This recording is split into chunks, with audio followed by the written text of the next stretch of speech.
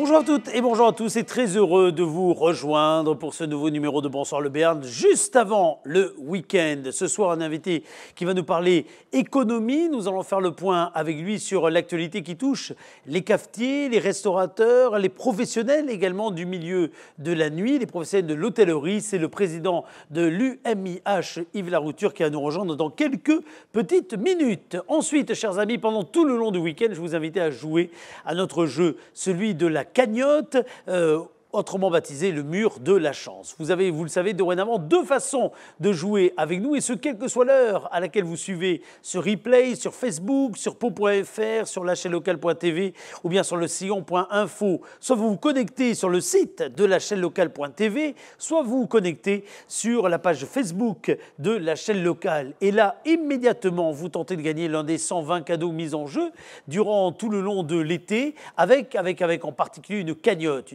qui ne cesse de monter. Chaque jour, nous remettons 50 € supplémentaires. Regardez, aujourd'hui, vendredi 31 juillet, nous remettons 50 € dans la cagnotte. 50 € de quoi? De bons d'achat, des bons d'achat Pau Commerce que vous pourrez dépenser comme bon vous semble au cœur même de l'agglomération paloise. Vous avez également un VTT assistance électrique ainsi que de très nombreux autres cadeaux à gagner. Vous savez immédiatement si vous gagnez, vous pouvez jouer une fois par jour. Pour cela, rendez-vous sur la page Facebook ou bien directement sur la chaîne locale.tv, la chaîne locale.tv pour tenter votre chance.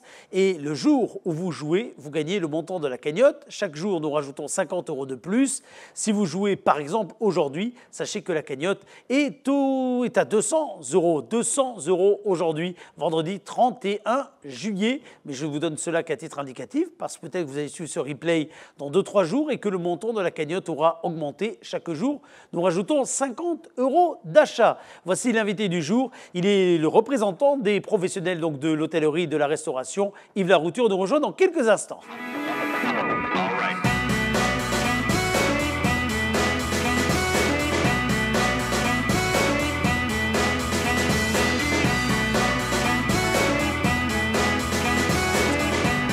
Et oui, c'est l'été, pourtant nous allons parler économie, parce que s'il y a bien un domaine qui est important en matière économique pour cette saison estivale, ce sont tous les professionnels du tourisme, de la restauration, les bars, les hôtels. On pourrait même parler des boîtes de nuit si nous étions dans une période tout à fait normale et pas comme dans celle dans laquelle nous nous situons aujourd'hui. Yves Larouture, vous êtes le président de l'UMI au niveau Béarn-et-Soule. Vous exercez également des responsabilités au niveau national pour ce syndicat qui est le principal syndicat d'ailleurs de la profession, on peut le dire. Oui, 80% presque. 80%. Qu'est-ce que représente aujourd'hui d'ailleurs cette profession, alors en matière à la fois d'établissement, mais aussi d'emploi sur un territoire comme le Béarn et la Soule? Pour le Béarn et la Soule, on est à peu près pas loin des 700 établissements. Donc 2500 environ emplois directs, plus tout ce qui est induit. Parce que bon, c'est vrai qu'on fait travailler aussi l'économie locale de par les produits. Et c'est aussi important que l'agroalimentaire, que l'aéronautique. Donc voilà. Donc c'est quelque chose qui compte. Absolument. Et au niveau national, c'est presque 10% du PIB. Donc c'est une économie qui compte. Absolument. Alors en 2019, parce qu'aujourd'hui on a les yeux rivés sur l'actualité et on parlera évidemment de à la fois la situation actuelle et puis des perspectives ou pas que vous pouvez avoir à venir. Mais au niveau de 2019, vous avez tenu il n'y a pas très longtemps votre assemblée générale. Vous êtes revenu parce que d'abord c'est des statuts, mais aussi parce que mine de rien c'est toujours bien de faire un bilan sur une année 2019 sans imaginer ce qu'était 2020 à l'époque. Vous qualifiez comment 2019 à l'époque? Et 2019, c'était pas une année terrible déjà parce que bon. On avait eu déjà 2018, il y a eu des inondations, des secteurs qui ont été très très touchés. Salis-de-Béarn, territoire que vous connaissez bien, que vous connaissez bien. Puis il y a eu Gand aussi. Oui, Gand aussi, bien sûr. Tout à fait. Ensuite, 2019, les gilets jaunes en début d'année, les retraites, les grèves sur les retraites fin d'année. Et on était un peu compliqué par rapport au recrutement où on avait beaucoup de mal à trouver du personnel. Oui, pour la première fois, certains établissements ont dû réduire la voilure, non pas parce qu'ils n'avaient pas de clients, mais parce qu'ils n'avaient pas de personnel, ce qui est quand même un paradoxe. Ça, c'est un paradoxe et c'est vrai que c'était gênant. Donc ça fait qu'on a eu une été qui n'était pas géniale et on ne s'attendait surtout pas à avoir une année 2020 comme ce qu'on vient de vivre. Et c'est vrai que bon, si on fait référence à l'année 2019-2020. Le début d'année commençait très bien, hein, donc on était contents. Puis arrivé le 15 mars, où on nous a annoncé qu'on devait fermer nos établissements jusqu'au 2 juin. Ça, on ne savait pas.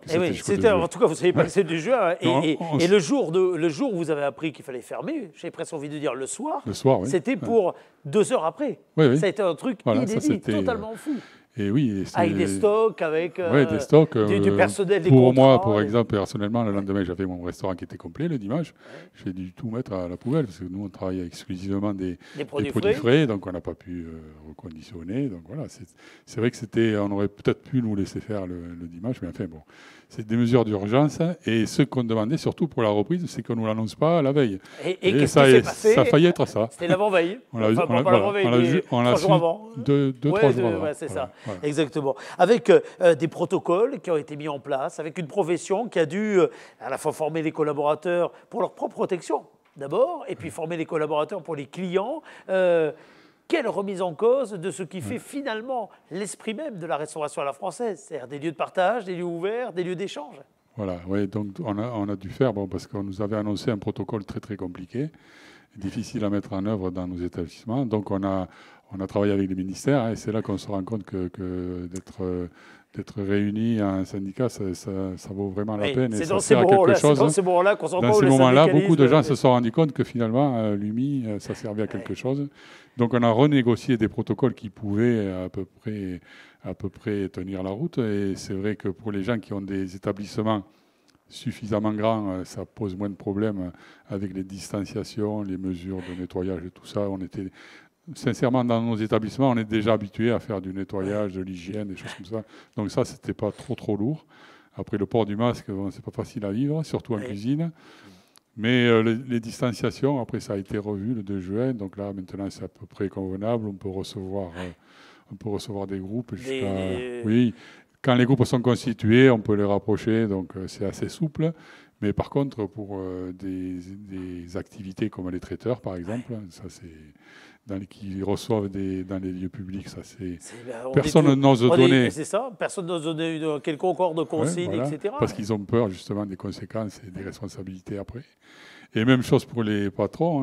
Les patrons d'hôtel ont réfléchi à 2 fois avant de louer leur chambre parce qu'ils envoyaient leur personnel pour faire du nettoyage et ils les mettaient quand même quelque peu en danger. Oui, bien sûr. Et donc, même eux-mêmes, quoi. Donc c'est vrai que ces mesures ont râlé, mais finalement, c'est pour protéger les clients et c'est pour nous protéger nous-mêmes et aussi le personnel. Et les collaborateurs, bien sûr. Les collaborateurs. Et alors, pour protéger les entreprises, comment est-ce que vous jugez justement les différentes dispositions qui ont été mises en œuvre assez vite, d'ailleurs, au moment du confinement, et puis ensuite qui sont prorogées là maintenant encore au moins jusqu'au 30 septembre? Une des bonnes choses, parce que c'est vrai qu'on râle souvent sur les administrations parce qu'ils ont une attitude de répression, de contrôle, des choses comme ça.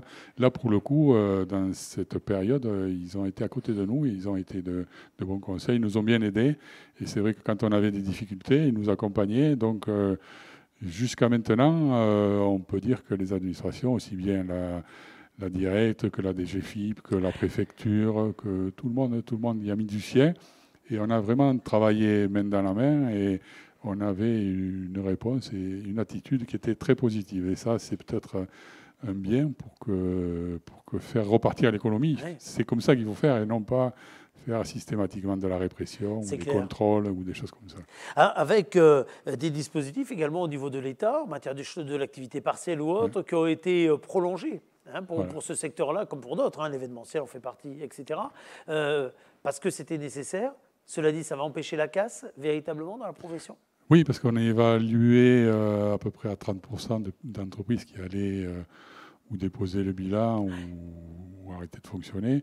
Bon, je pense que ça sera à moins, justement, en rapport à toutes ces aides qui ont été mises en place, et notamment le chômage partiel, qui est une bonne chose, qui a été prolongé pour notre activité, parce que, comme on le disait tout à l'heure, il y a quand même des hôtels qui sont encore fermés à Pau, donc c'est quand même... On est quand même au mois de juillet et ce n'était pas le cas de l'année dernière. Il y avait le Tour de France, il y avait plein d'événements. Donc tous ces événements n'ayant pas lieu, c'est vrai qu'on a du mal à remplir nos hôtels. Et heureusement qu'on a eu ces aides, quelques aides aussi, des prolongations d'échéances de prêts. Notamment, Ouais, ensuite, il y a eu le PGE aussi, bon, qui n'a pas été accordé à tout le monde, mais en grande partie quand même, à plus de 90%.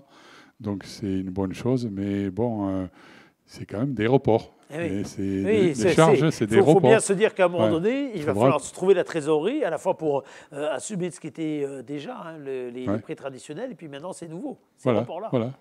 Ça sous-entend que ça reprend. Or, aujourd'hui, on le voit bien. On ne sait pas dans quel monde, demain, on va encore continuer à évoluer, notamment pour certains. Si on parle des discothèques, des professionnels de la nuit, vous étiez, comme d'autres d'ailleurs, attentifs à leur devenir, parce qu'il y a une vraie question pour eux. C'est vrai que pour les BAM, les RAM, les BAM, c'est les bars à ambiance musicale. Ambiance musicale, oui, c'est vrai. Restauration, ambiance musicale, même chose. Et les discothèques qui, eux, sont totalement fermées. Donc pour eux, c'est grave. C'est vrai que c'est compliqué. Et après, moi, là, j'ai mon avis, je trouve que c'est dommage parce que il y a quand même des gens qui sont consciencieux, qui respectent les distanciations et tout ça, qui ont fait des propositions pour dire on peut essayer. Alors, bien et sûr, quand on voit les débordements qu'il peut y avoir du fait qu'il n'y ait pas de discothèque d'ouverte, comme a vécu notre ami Marco Xibar. Entre une rave party sauvage et une discothèque dont on peut se dire qu'on peut maîtriser le nombre, etc., quel est le pire ? Quel est le pire? On le voit bien d'ailleurs, malheureusement on le voit bien. On le voit sur la côte, on en parlait tout à l'heure, on avait une réunion sur le tourisme et sur les genres de rencontres qui sont organisées sur la grande plage à Biarritz, qui créent des problèmes de nuisances sonores et tout ça. Donc voilà, on espère aboutir à faire réouvrir les discothèques en août, mais bon, ça va être compliqué. Ça sera sûrement en septembre. Voilà. Mais c'est vrai que c'est un travail. Et maintenant, en plus, il y avait le remaniement ministériel. Oui, parce que là, pour le coup, à l'heure où nous parlons, pour être franc, cette émission est un peu enregistrée en décalage. Donc là, peut-être que vous avez un secrétaire d'État, mais peut-être que vous ne le savez pas encore. Voilà. Ce qui est sûr, c'est qu'on n'a pas de ministre encore. Ça a l'air assez plié. Cette affaire-là, ça a l'air assez plié. Ça, c'est quand même regrettable, sachant qu'on pèse 10% du PIB et qu'on n'ait pas de ministère. Moi, je trouve ça toujours très étonnant, mais bon, c'est comme ça. Par contre, on a le ministère du temps libre. Et c'est vrai que, après, on s'étonne si on ne trouve pas de personnel. Mais bon. Alors, remarquez, ce qui nous fait le lien avec le prochain sujet que j'allais aborder. L'année dernière, vous étiez dans un moment où vous aviez du mal à recruter du personnel, vous le disiez. Les signaux aujourd'hui ne vont pas être non plus encourageants, alors que, hormis la situation qu'on vit là, ce sont des secteurs dans lesquels on emploie. Ce sont des secteurs dans lesquels on cherche la main-d'œuvre, dans lesquels il y a des carrières. Oui, il y a des choses paradoxales parce que on sait que, par exemple, on en parlait tout à l'heure, sur Loud, tous les cuisiniers, tous les serveurs sont au chômage partiel. Sur la côte, ils cherchent des cuisiniers. Ils cherchent des cuisiniers partout. Et des maîtres d'hôtel. Donc voilà, c'est un paradoxe. Donc il y a en même temps, après c'est que des emplois saisonniers ou des CDD, mais c'est vrai que c'est quand même paradoxal. Et les gens ont pris goût à rester à la maison en étant payés totalement aussi. D'où le piège qu'il peut y avoir parfois derrière les bonnes dispositions et les dispositions indispensables pour les uns ou pour les autres. À double tranchant, oui. Oui, tout à fait. Qu'est-ce qui fait, selon vous d'ailleurs, que vos professions, au sens large du terme, seront demain attractives au niveau emploi? Parce que vous avez des porte-drapeaux. Vous faites partie de ces professions, vous avez des porte-drapeaux. Les plus grands chefs sont connus dans le monde entier, souvent encore davantage que des vedettes de la chanson, de la variété. Vous avez des émissions de télé qui célèbrent les cuistots, etc., etc. Vous avez des exemples de carrières extraordinaires, vous avez des établissements que le monde entier envie, et pour autant, dans la réalité des faits, vous êtes une profession qui a du mal à recruter. Quel paradoxe. Oui, c'est un paradoxe, mais c'est vrai qu'il y a beaucoup d'émissions, il y en a même presque trop. Alors après, peut-être qu'il y en a parce que, oui, bien, la même chose, c'est pas la même chose dans la vraie vie, quoi, dans un restaurant et ce qu'on nous montre à la télé. Après, c'est vrai qu'il y a des porte-drapeaux, c'est vrai que c'est un ascenseur social comme on n'en fait plus. Ducasse, il a un CAP de cuisinier, il vient d'un petit village des Landes, et donc maintenant, il a 40 restaurants, et donc je ne sais pas combien d'étoiles. Mais c'est vrai que c'est des professions dans lesquelles on peut évoluer très très vite.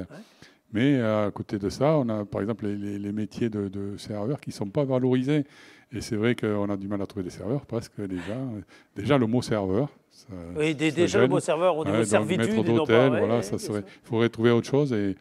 Et c'est vrai, mais après, bon, on est en train de réinventer. Donc on appelle même les oppositions des minorités partout, dans les conseils municipaux. On peut même inventer un autre nom pour les serveurs, vous avez raison. Oui. De toute façon, on va être obligé de réinventer nos métiers. Donc c'est vrai que un des points négatifs dans nos métiers, c'est qu'il y a la coupure l'après-midi. On travaille le midi, coupure et le soir. Et maintenant, on arrive à essayer de s'organiser, à faire tout ça. Vous êtes beaucoup arrivé à faire des services matin ou soir. Voilà. On essaie d'embaucher plus avec des temps partiels ou des horaires réduits, mais les gens qui travaillent le midi ne travaillent pas le soir et inversement.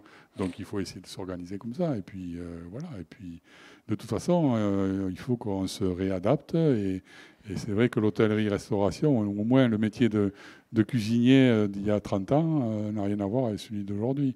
On ne fait plus les horaires qu'on faisait il y a 30 ans. D'ailleurs, on ne trouverait personne qui voudrait faire ce qu'on faisait il y a 30 ans. Et c'est normal. Et ce sont des évolutions, bien sûr. Et même les dirigeants ils se remettent en cause ou en question. Et puis, ils ont envie d'avoir une vie de famille aussi. Donc, voilà. Non, mais c'est bien. Ça fait des fois, les crises, ça amène des réflexions et derrière, des bonnes choses, quoi. On tire souvent des enseignements de moments très difficiles. Donc, il faut espérer que ça sera le cas. Est-ce qu'on a besoin, pour avoir une bonne restauration réputée, etc., alors qu'on a des produits de qualité, dont vous faites partie de ces chefs qui savent les mettre en place en valeur ou autre, de chefs étoilés sur un territoire? Vous allez voir où est-ce que, évidemment, je veux en venir.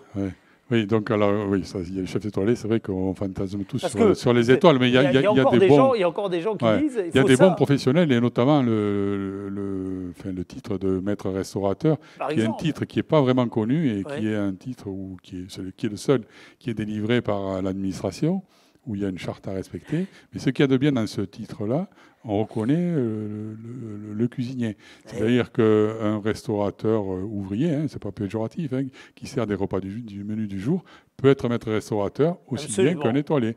Donc il n'y a pas de différence, il faut de tout pour faire un monde. Et c'est vrai que c'est vraiment un titre qui n'est pas suffisamment mis en valeur.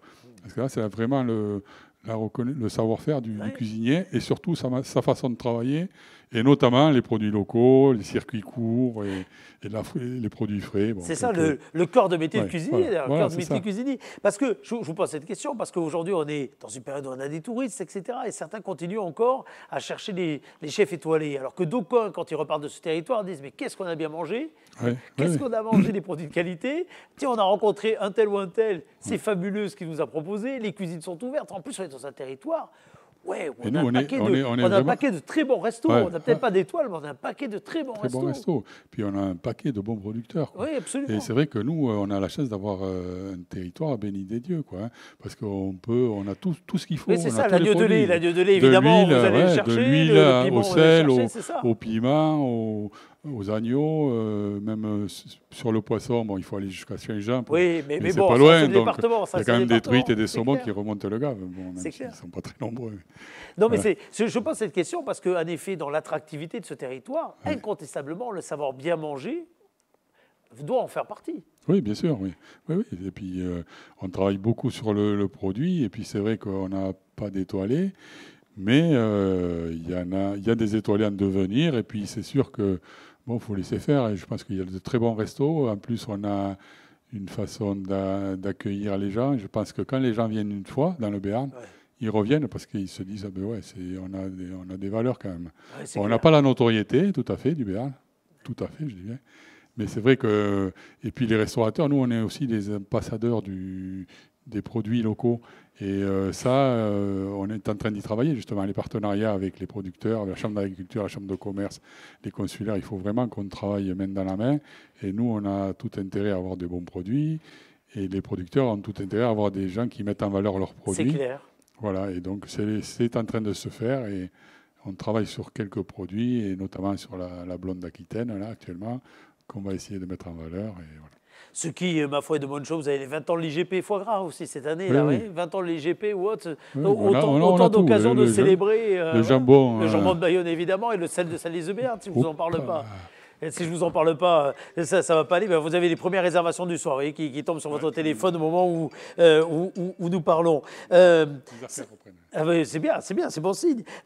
Justement, les chiffres-là réels auxquels vous êtes confrontés aujourd'hui là, entre professionnels, on est à la fin du mois de juillet, on peut commencer à tirer quelques enseignements. On nous a dit que ce territoire risquait finalement de bien se comporter parce que les touristes français en particulier, qui ne peuvent pas aller loin, pourraient venir chez nous ou autre. Qu'en est-il là, à la fin du mois de juillet? C'est le cas. Le mois de juillet, on va, je pense, faire le même chiffre que l'année dernière, en général. Ouais. Et ceux qui tirent l'épingle du jeu, c'est la montagne, parce que la montagne, les gens vont beaucoup vers la montagne. Après, les gens vont beaucoup en gîte, chambre d'hôte, et un peu moins en hôtel. Un peu moins en hôtellerie traditionnelle, c'est ça la tendance. C'est vrai, c'est un peu la tendance, mais bon, après, les gens vont au restaurant quand même. Mais c'est vrai que la montagne, elle tire son épingle du jeu et l'arrière-pays, finalement. Oui, l'arrière-pays, c'est bien. Oui, c'est bien.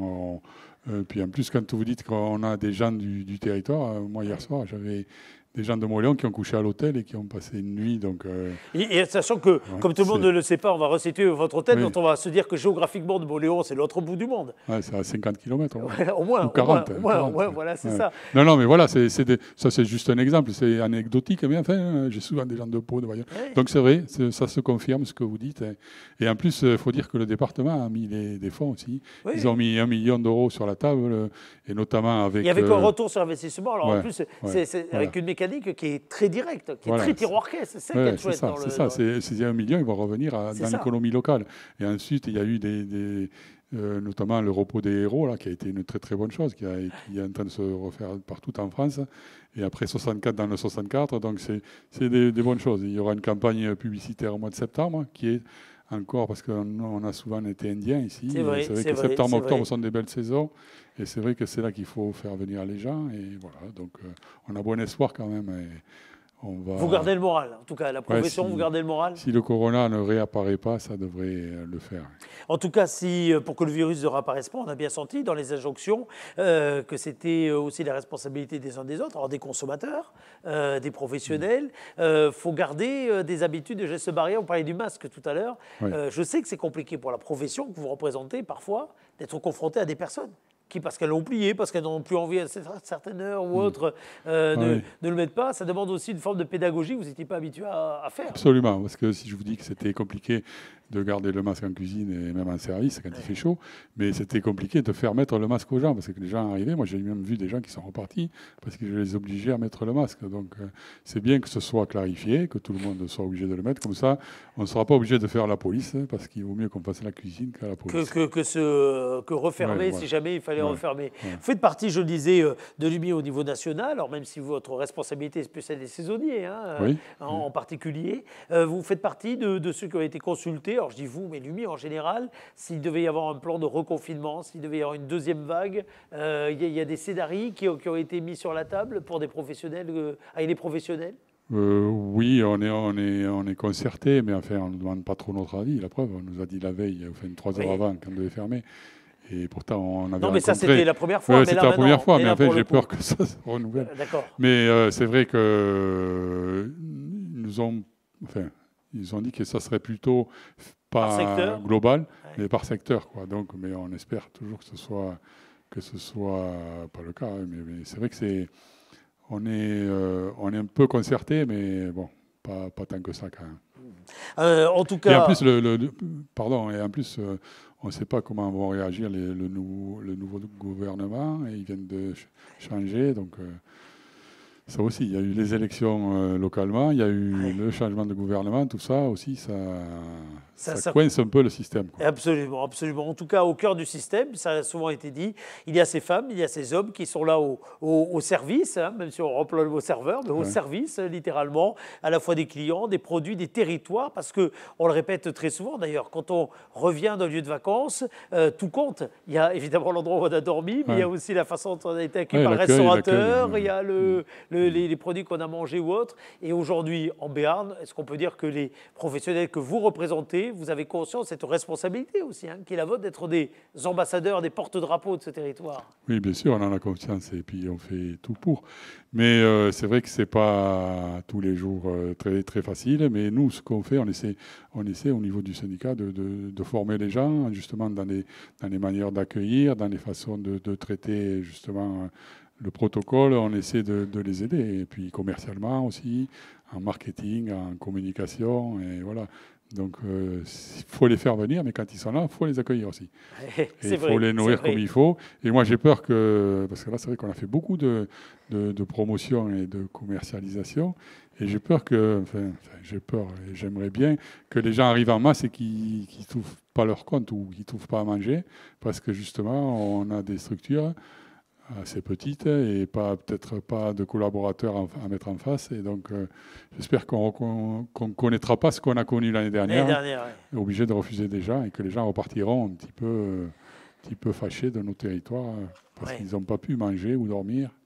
Voilà. En tout cas, que celles et ceux qui nous écoutent, d'ailleurs, retiennent une chose. Hein. Certes, la période est compliquée, mais il y a de belles carrières. Il y a un bel ascenseur social. Vous avez raison de le rappeler. Hein, lorsqu'on regarde le profil des chefs d'entreprise, de celles et ceux qui parfois servent avec les plus grands, qui ont côtoyé les plus grands. Hein. Ils sont souvent partis de très bas dans cette profession. Oui, mais moi, j'ai un bon exemple. Je ne ramène pas, je ne sais pas de le ramener à moi, mais ma fille qui a fait le tour du monde, elle a rencontré quelqu'un, un cuisinier qui a fait aussi le tour du monde et qui maintenant vont me succéder à Berings. Donc, après avoir travaillé chez les plus grands, à New York, à Paris. Ce retour au pays. Le retour au pays, il y a quand même des jeunes. Et puis, c'est vrai que dans notre Béarn, il y a beaucoup de gens de ma génération où les enfants reprennent les affaires. C'est vrai d'ailleurs. Et il y a plusieurs cas. Bon, et c'est aussi parce qu'on est quand même dans un territoire formidable. Voilà, parce qu'il y a beaucoup de chefs qui sont dans des villes où il est plus difficile à vivre, hein, où le temps est plus difficile à vivre, qui eux ont vraiment vu l'âge, la difficulté de transmettre. Alors que nous, ici, on a un territoire où les gens veulent revenir, surtout après d'autres expériences. Oui, après avoir fait le tour du monde, quand ils reviennent chez nous, ça veut dire que quand même, on a un territoire qui mérite. C'est clair. Et alors, la succession, c'est pour quand, Yves?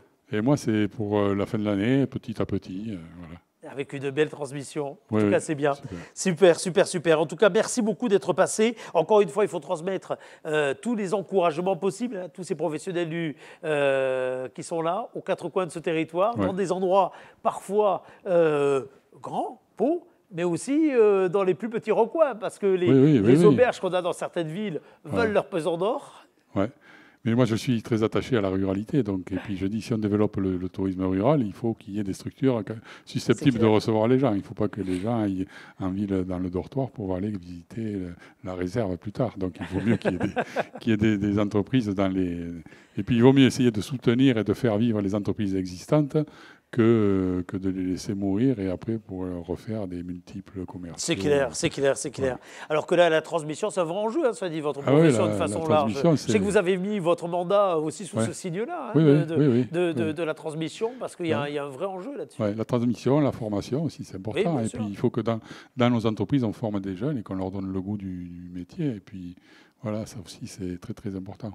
Merci beaucoup en tout cas d'avoir été notre invité. Et puis rendez-vous, on l'espère, très rapidement dans vos établissements, je dis vous au sens large du terme, pour continuer à profiter de ce pan entier du savoir-être français et puis également de l'économie, il faut bien le rappeler. Oui. Les prochaines dates là, clés de la profession, notamment par rapport à la crise sanitaire, il y a donc début septembre pour les discothèques. Voilà, on espère qu'ils rouvriront et puis que on n'aura plus toutes ces contraintes et que le corona aura disparu. Bon, ça c'est un peu moins sûr, mais bon, mais au moins on saura s'adapter et puis bon, on fera avec. Et puis il y a des mesures qui ont été reconduites et qui vont être reconduites et c'est tant mieux, mais bon, il faut rester vigilant. Et ce qu'on a mesuré aussi, c'est pendant cette période un peu difficile, c'est la solidarité et notamment les gestes qu'ont fait les clients. C'est des clients ont racheté, on a mis des bons solidaires en place. Ah oui, c'est vrai. Que les clients ont racheté en disant on ira manger plus tard, mais on va aider ces entreprises pendant ce moment difficile. On en a parlé dans cette émission de dispositifs assez originaux, parce que qui aurait pu imaginer qu'on commande pour 3 mois, 2 mois, 4 mois d'anticipation un repas chez un... On a fait des bons solidaires avec mon autre association, les logis du Béarn du Pays Basque, et on a eu un excellent retour et des gens qui qui ont racheté des bons à 30 € et qui viendront les consommer plus tard. Et c'est un beau geste et ça fait plaisir quand on voit que les clients tiennent à vous un peu. Et ça redonne du courage. Merci beaucoup en tout cas et bravo. Ce n'est que juste félicitations pour les très nombreux professionnels. Alors bien sûr, on parle souvent des brebis écaleuses comme dans tous les métiers, hein, finalement. Oui, il y en a partout, mais on voit bien que la majorité sont là, présents, au rendez-vous de la qualité, de la convivialité, de la sécurité également, que ce soit d'ailleurs pour les collaborateurs comme pour les clients, parce que la responsabilité du chef d'entreprise, et le restaurateur, c'est un chef d'entreprise, elle passe également par là. Merci beaucoup, on se retrouve dans quelques petites minutes. À tout de suite.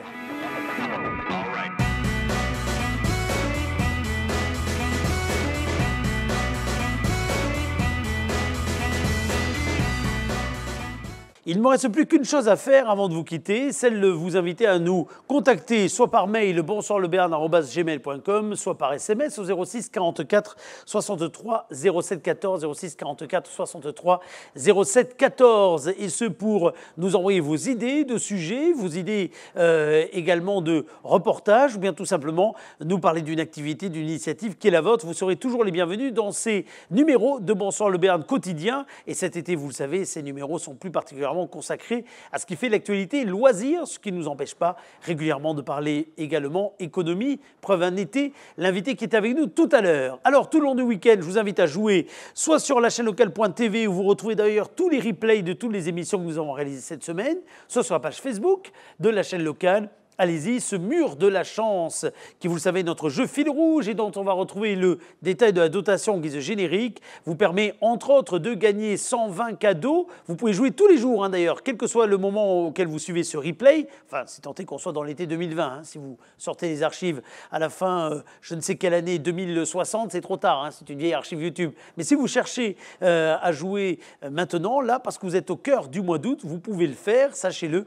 Pour cela, donc, vous allez sur la page Facebook et tous les jours, vous pouvez remporter l'un des 120 cadeaux mis en jeu et vous pouvez rejouer le lendemain si jamais la chance ne vous a pas souri.